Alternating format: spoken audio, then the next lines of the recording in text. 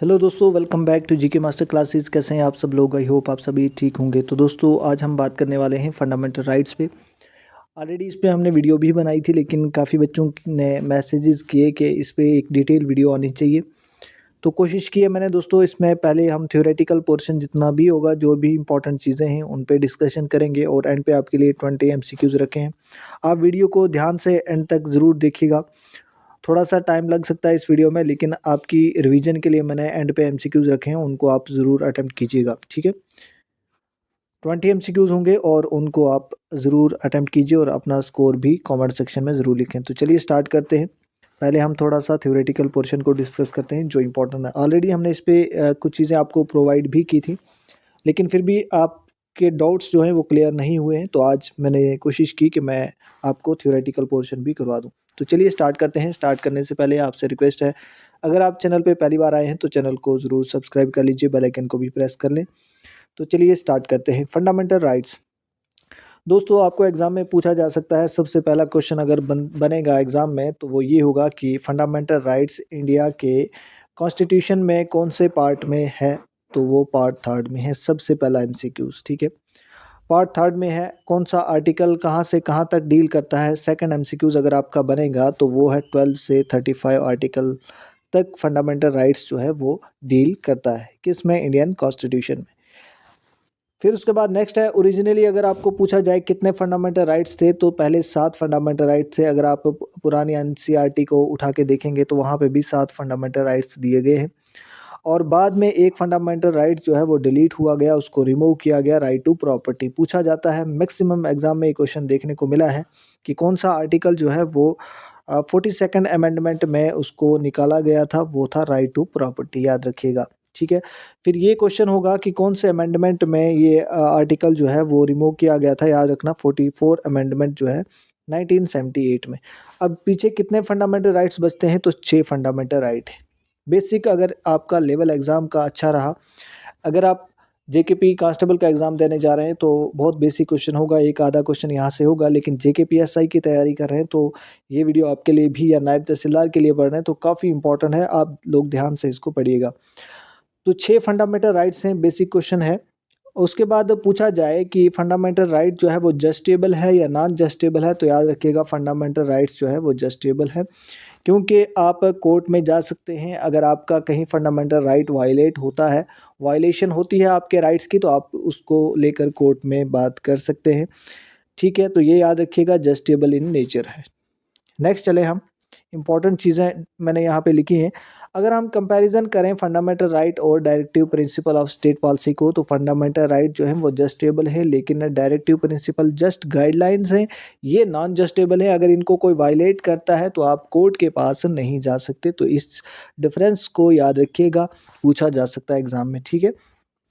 अब कितने fundamental right हैं? आपने पढ़ा 6 फंडामेंटल राइट हैं। सबसे पहला है राइट टू इक्वलिटी। पूछा जाता है एग्जाम में, आर्टिकल 14 टू 18 तक कौन सा फंडामेंटल राइट डील करता है? तो आर्टिकल ये राइट टू इक्वलिटी है। राइट टू इक्वलिटी में भी ये आर्टिकल मोस्ट इंपॉर्टेंट है, जहाँ से क्वेश्चन हर एग्जाम में आता है। अब क्या क्वेश्चन आएगा? आपको पूछा जाएगा इक्वलिटी बिफोर लॉ जो है कौन से आर्टिकल में आता है? तो आर्टिकल 14 है, ठीक है। उसके बाद आता है provision of discrimination on the ground of religion, race, caste, sex, place, ठीक है। ये किस आर्टिकल में बात की गई है? ये आर्टिकल 15 में बात की गई है, ठीक है। आर्टिकल 16 में क्या चीज़ें हैं? इक्वल अपॉर्चुनिटी, सबको मौका मिलना चाहिए पब्लिक एम्प्लॉयमेंट में, सबको इक्वली जो भी लोग हैं उनको मौका मिलना चाहिए एम्प्लॉयमेंट में, वो आर्टिकल 16 डील करता है, याद रखिएगा। और मोस्ट इम्पॉर्टेंट, ये क्वेश्चन हर एग्जाम में आपने देखा भी होगा, अगर आप एसएससी का एग्जाम देने जाते हैं या कोई भी सेंट्रल लेवल का, तो अनटचेबिलिटी के बारे में पूछा जाता है। कौन सा आर्टिकल डील करता है? इसको स्टार मार्क कर लीजिएगा, आर्टिकल 17 है। फिर टाइटल को एबॉलिशन की अगर बात करता है तो आर्टिकल 18 है, ठीक है। इसमें मिलिट्री और एकेडमिक डिस्टिंक्शन को छोड़ के बाकी सब टाइटल जितने भी हैं उनको एबॉलिश कर दिया गया है। आर्टिकल 18 ये डील करता है, ठीक है। थोड़ी सी वीडियो लेंथी हो सकती है, फिर भी मैं कोशिश करता हूँ थोड़ा फास्ट वे में डिस्कशन करें।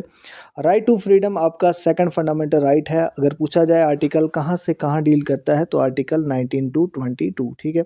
आर्टिकल 19 में भी खुद 6 फंडामेंटल फ्रीडम्स हैं। आप जो भी चाहें बोल सकते हैं, आपको असेंबल होने की पूरी पूरा राइट है, पूरी फ्रीडम है। आप एसोसिएशन बना सकते हैं, आप इंडिया के किसी पार्ट में जाकर रह सकते हैं, मूवमेंट कर सकते हैं, आप कोई भी प्रोफेशन, कोई भी जॉब कर सकते हैं, ठीक है।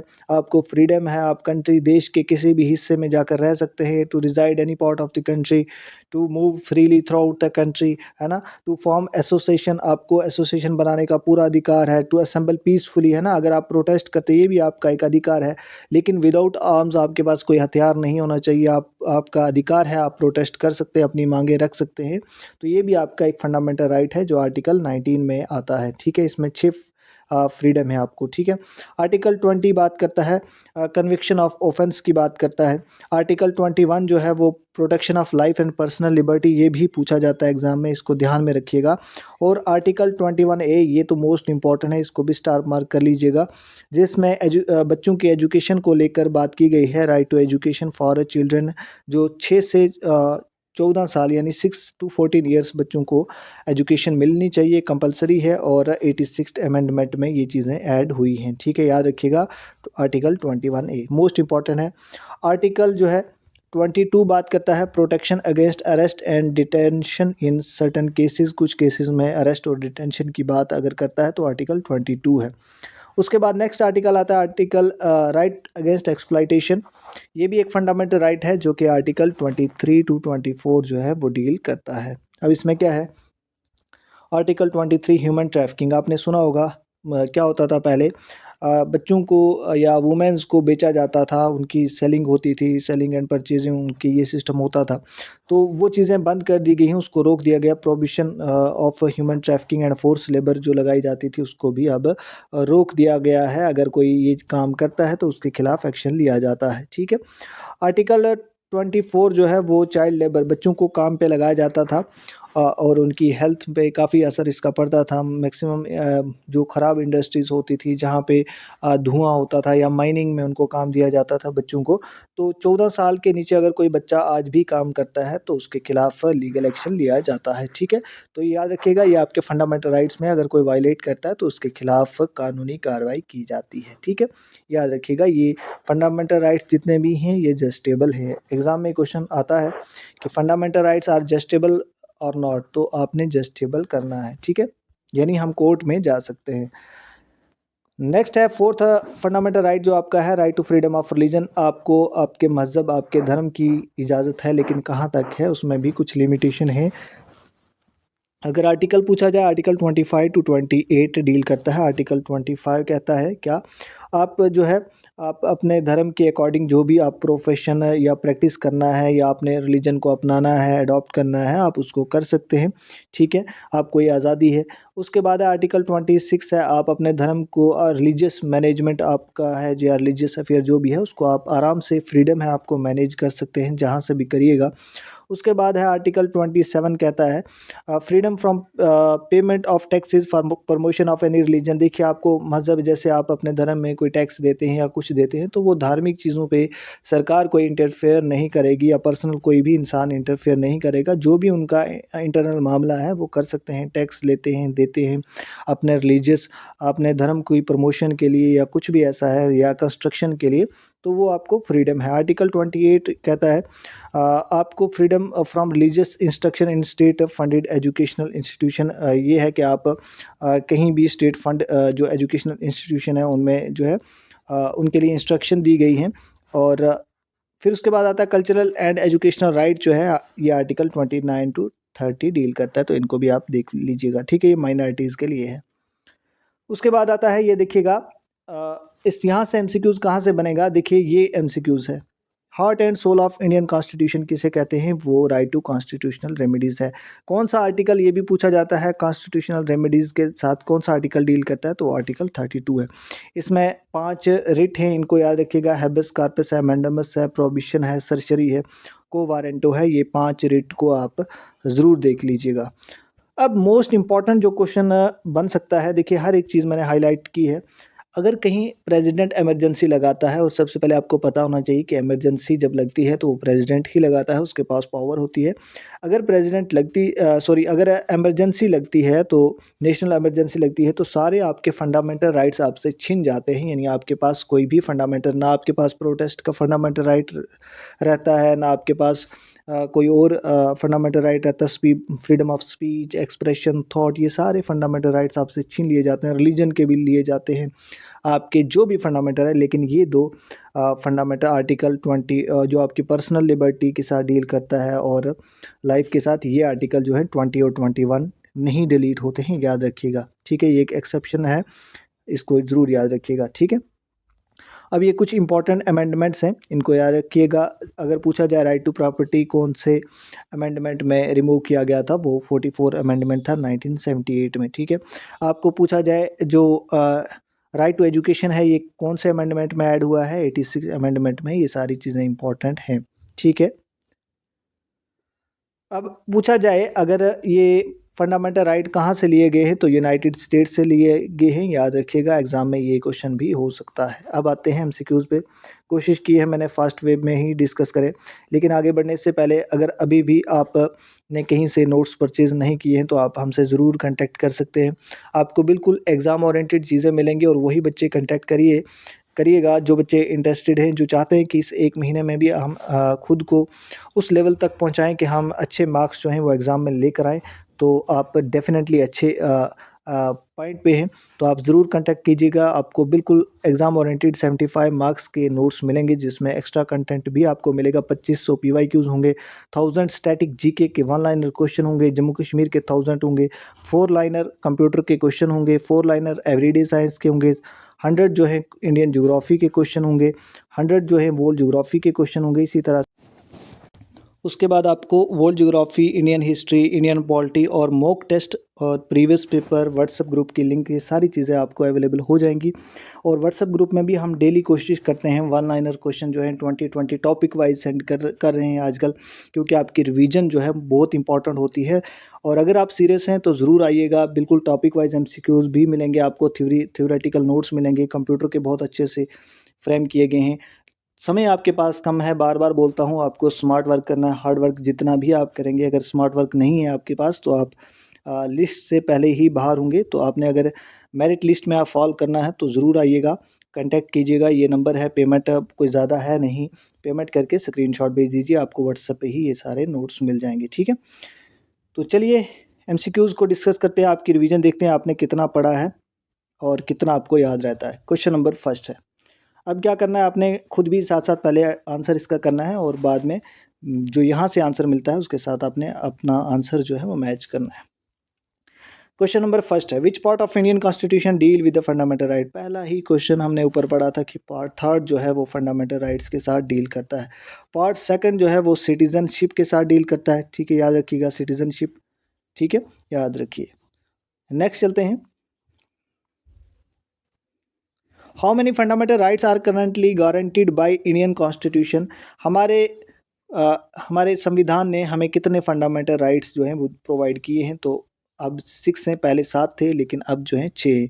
अब कौन सा 7वां रिमूव हुआ है, राइट टू प्रॉपर्टी, याद रखिएगा। कौन से अमेंडमेंट में हुआ है, 44th अमेंडमेंट में हुआ। कब हुआ है, 1978 में। ये सारी चीज़ें आपको याद रखनी है। अगर आपने और भी कोई एग्ज़ाम देना है, अगर कांस्टेबल के ऊपर जाकर आपको कोई लेवल का एग्ज़ाम देना है, लाइक JKPSI, नायब तहसीलदार, तो इस तरह के क्वेश्चन आपको पढ़ने हैं। लेकिन कांस्टेबल में बेसिक क्वेश्चन होंगे, घबराने की कोई बात नहीं है। Which article of Indian constitution guarantees the right to equality. Right to equality किस आर्टिकल में बात की गई है, तो हमने पढ़ा था आर्टिकल 14 जो है राइट टू इक्वलिटी है। इसके बाद आर्टिकल 15 में, आर्टिकल 16 में इक्वल अपॉर्चुनिटी ऑफ एम्प्लॉयमेंट, 16 में बात की गई है, 17 में अनटचेबिलिटी की है, 18 में टाइटल की बात की गई है। सारे आर्टिकल आपको रिवाइज होने चाहिए। क्वेश्चन नंबर 4 है, under which article is the right to freedom of speech and expression guaranteed. हमने पढ़ा था 6 आर्टिकल, है ना, कौन कौन सा। Freedom of speech, freedom of thought, freedom of assemble, to form association, है ना, to move freely part of country, है ना, कंट्री के किसी भी हिस्से में आप रह सकते हैं, रिजाइड कर सकते हैं, मूव कर सकते हैं। ये आपको 6 फ्रीडम्स हैं। ये कौन से आर्टिकल में थी, आर्टिकल 19। ठीक है,